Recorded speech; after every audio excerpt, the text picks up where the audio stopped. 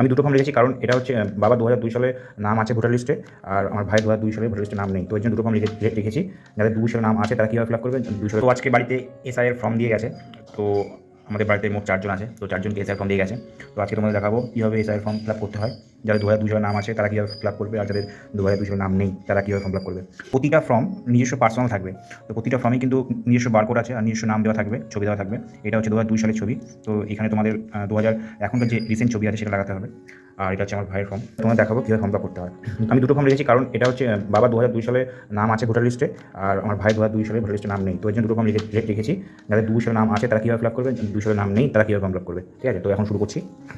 প্রথমে আছে জন্মের তারিখ। তো জন্মের তারিখ এখন লিখতে হবে আমাকে। জন্মের তারিখ আছে 10/3/1968। এখানে লিখতে হবে 10/3/1968। ঠিক আছে, এবার আধার নাম্বার।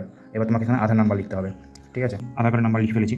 তো এখন আসবে হচ্ছে মোবাইল নাম্বার। এবার মোবাইল নাম্বার কারো পার্সোনাল ফোন নাম্বার দিতে পারো, নাহলে কারো বাড়ির নাম্বার দিতে পারো। তো এখন আমি ফোন নাম্বারটা লিখবো। নাম্বার লেখা হয়ে গেছে। এখন লেখা আছে পিতার অভিভাবকের নাম। এবার পিতা অভিভাবকের নাম হচ্ছে বাবার নাম, মানে বাবার নাম লিখতে হবে আমাকে এখন। বাবার নাম লেখা হয়ে গেছে। এবার পুরো ফর্ম ফিল আপটা কিন্তু করবে ক্যাপিটাল লেটারে ইংলিশে। ঠিক আছে, এরপর আছে পিতার অভিভাবকের এপিক নম্বর যদি থাকে। এখানে ঠাকুরদার এপিক নম্বর পাইনি আমি, তো এখানে দিতে পারবো না। এবার মায়ের নাম লিখতে হবে এখানে। মায়ের এপিক নাম্বার নেই, বাবার মায়ের নাম লেখা হয়ে গেছে। তো এখন মায়ের নাম লিখলাম, এপিক নাম্বার আমি জানি না, আর এটা আমি বাদ দিলাম। তারপরে চলে আসলো এই ফর্মটা। যাদের 2002 সালে নাম আছে তারা বা সাইডের যে ফর্মটা আছে এখানে ফিল আপ করতে হবে, আর যাদের নাম নেই তারা ডান দিকে ফিল আপ করবে। তো বাবা 2002 সালে নাম আছে, তার জন্য আমি বাদিকে যেটা আছে সেটা ফিল আপ করবো। তো বাদিকে প্রথমেই আছে এখানে নির্বাচকের নাম হচ্ছে, নাম লিখতে হবে এখন আমাকে। নাম লেখা হয়ে গেছে। এখন এপিক নাম্বার বলতে ভোটার আইডি কার্ডের নাম্বার। তো ভোটার আইডি কার্ডের নাম্বার তোমার ভোটার কার্ডে পেয়ে যাবে, না হলে তুমি উপরেই পেয়ে যাবে ভোটার আইডি কার্ডের নাম্বার। এখানে তুমি পেয়ে যাবে, এখানে বসিয়ে দাও ভোটার আইডি কার্ডের নাম্বার। এখানে আমি এপিক নম্বর দিয়ে দিলাম। এখন আত্মীয় নাম বলতে এখানে বাবার ভোটার লিস্টের পাশে যে আত্মীয় নাম ছিল বাবা বা মায়ের, সেই নামটা বসাতে হবে। তো বাবার নাম ছিল বাবার ভোটার কার্ডে বাবার নাম ছিল, তো আমার ঠাকুরদার নাম ছিল, তো সেই নামটা লিখতে হবে এখন এখানে। আত্মীয় নামের পাশে লিখতে হবে সেটা, যেটা হলো। তার সাথে কি সম্পর্ক লিখতে হবে, ফাদার অ্যান্ড সন সম্পর্ক। জেলা আমাদের নদিয়া জেলা, যার যেমন যেটা জেলা আছে সেটা লিখতে হবে। রাজ্যের নাম, ঠিক আছে, জেলার নাম হয়ে গেছে, রাজ্যের নাম লেখা গেছে। এখন লেখা আছে বিধানসভা ক্ষেত্রের নাম। ক্ষেত্রের নাম তুমি এখানেই পেয়ে যাবে, 71 আকাশপাড়া বিধানসভা। তো এটা 71, ক্ষেত্রের নাম হচ্ছে 71। তোমরা এই ক্ষেত্রে ডাউনলোড করে নেবে। তো এখানে ক্ষেত্রের নাম লিখে দিলাম, বিধানসভা ক্ষেত্রের নাম 71। আচ্ছা, অংশ নম্বর হচ্ছে 79।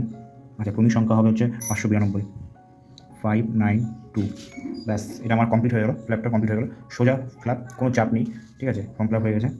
2002 সালের নাম আছে তারা এই পেজটা ডাউনলোড করে নেবে। তো তোমরা এখানে পেয়ে যাবে বিধানসভা ক্ষেত্রটা পেয়ে যাবে, ক্ষেত্রের সংখ্যারও পেয়ে যাবে, আর ক্রমিক সংখ্যা তো 592 এখানে বাবার নাম আছে, এটাও পেয়ে যাবে। তো এটা এই পেজটা ডাউনলোড করে রাখবে, তাহলে সুবিধা হবে। তো এটা হয়ে গেল। যাদের 2002 সালের নাম আছে তারা এইভাবে ফিল আপ করবে। ঠিক আছে, আমি তোমাকে আরেকবার দেখিয়ে দিচ্ছি। জন্মের তারিখ বসালা। আচ্ছা, আধার কার্ডের নাম্বার বসালা, মোবাইল নাম্বার বসালা, পিতা ও অভিভাবকের নাম, মানে আমার বাবা বা মায়ের নাম। তো বাবার নাম লিখলাম এখানে। পিতা বাবা এপিক নম্বর নেই আমার কাছে। মায়ের নাম লিখলাম। ঠিক আছে, মায়ের এপিক নম্বর নেই। ঠিক আছে, আর কিছু লিখতে হবে না এখানে। এবার বাবা 2002 সালের নাম আছে বলে আমাকে এটা ফিল আপ করতে হয়েছে।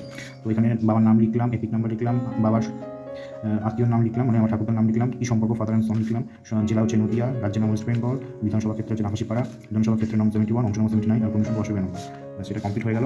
এখন হচ্ছে আমি ভাইটা, যেখানে 2002 সালে নাম নেই। তো যাদের 2002 সালে নাম নেই তারা কীভাবে ফিল আপ করবে সেটা আমরা দেখাচ্ছি। তো এটা হচ্ছে যাদের 2002 সালে নাম নেই তারা কীভাবে ফিল আপ করবে, তো সেটা দেখাচ্ছি। তো প্রথমে আছে জন্মের তারিখ। তো জন্মের তারিখ আমি লিখবো এখানে। তো আধার কার্ড নাম্বার লিখলাম। এখন পেয়েছে মোবাইল নাম্বার। তো মোবাইল নাম্বার এখানে লিখে দিলাম আমি।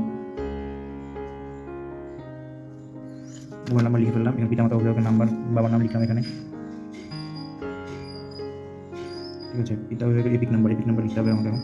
এপিক নাম্বার দিয়ে দিলাম। তারপর হচ্ছে মায়ের নাম দিতে হবে এখানে। এখন ভাইয়ের 2002 সালে নাম নেই ভোটার লিস্টে, তাহলে আমাকে এটা ছেড়ে দিতে হবে, আমাকে এটা ফিল আপ করতে হবে। তো এখানে প্রথমে আছে নামটা আমি লিখলাম। এবার এপিক নাম্বারটা আমি এখানেই পেয়ে যাবো। ঠিক আছে, এপিক নাম্বারটা আমি এখানেই পেয়ে যাবো। তো এখানে লিখে দেবো, নাম্বার লিখলাম। এবার আত্মীয়ের নাম। ঠিক আছে, এবার আত্মীয়ের নাম আমি বাবার নাম লিখে দেবো এখানে। সম্পর্ক লিখবো এখানে, ফাদার অ্যান্ড সনের সম্পর্ক। জেলা হচ্ছে নদিয়া, রাজ্যের নাম ওয়েস্ট বেঙ্গল, বাবার ছিল। ঠিক আছে, এটা এখানে বসাতে হবে 71, ক্ষেত্রের নাম 71। ঠিক আছে, অংশ নাম হচ্ছে 79, আর বাবার নাম আছে 592। ঠিক আছে, ব্যাস কমপ্লিট। এটা পুরো কমপ্লিট। তো এবার বোঝা গেল। এটা হচ্ছে 2002 সালে যাদের নাম আছে তারা এই দিকটা ফিল আপ করবে, আর যাদের 2002 সালে নাম নেই তারা এই দিকটা ফিল আপ করবে। ঠিক আছে, তো বাবার দেখাদেখি করে এটা এখানে ফিল আপ করতে হবে। সোজা ব্যাপার, কোনো রকেট সায়েন্স নেই। ঠিক আছে, নর্মাল পাখি বাংলা লেখা আছে। ঠিক আছে, এইভাবে ফিল আপ করতে হবে। তো আজকে ভিডিওটা শেষ করছি। আর যদি কোনো প্রবলেম থাকে নিচে আমাকে কমেন্টে লিখতে পারো, আমি তোমাকে দেখিয়ে দেবো কীভাবে করতে হবে। ঠিক আছে।